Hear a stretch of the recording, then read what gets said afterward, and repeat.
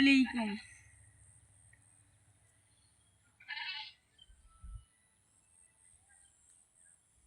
Hello guys, আমি কি খেতে ভালোবাসি এবং কি খেতে ভালোবাসি না এই সম্পর্কে আপনাদের কিছু বলবো।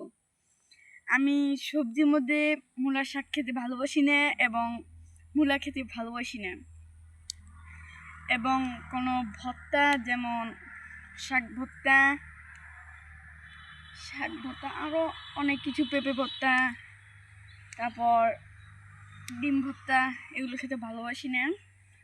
আর সবজির মধ্যে যেটা খেতে ভালোবাসি সেটা হলো লাল শাক এবং পালং শাক।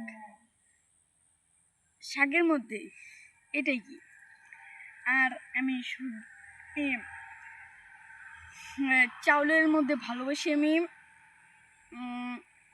অনেক চাউল, যেমন যেটাতে রান্না করা যায় সেটা হলো বিরিয়ানির চাউল এবং পায়েস, এগুলো ভালোবাসি। আর হচ্ছে কি ভালোবাসি না, যাই ভালোবাসি না।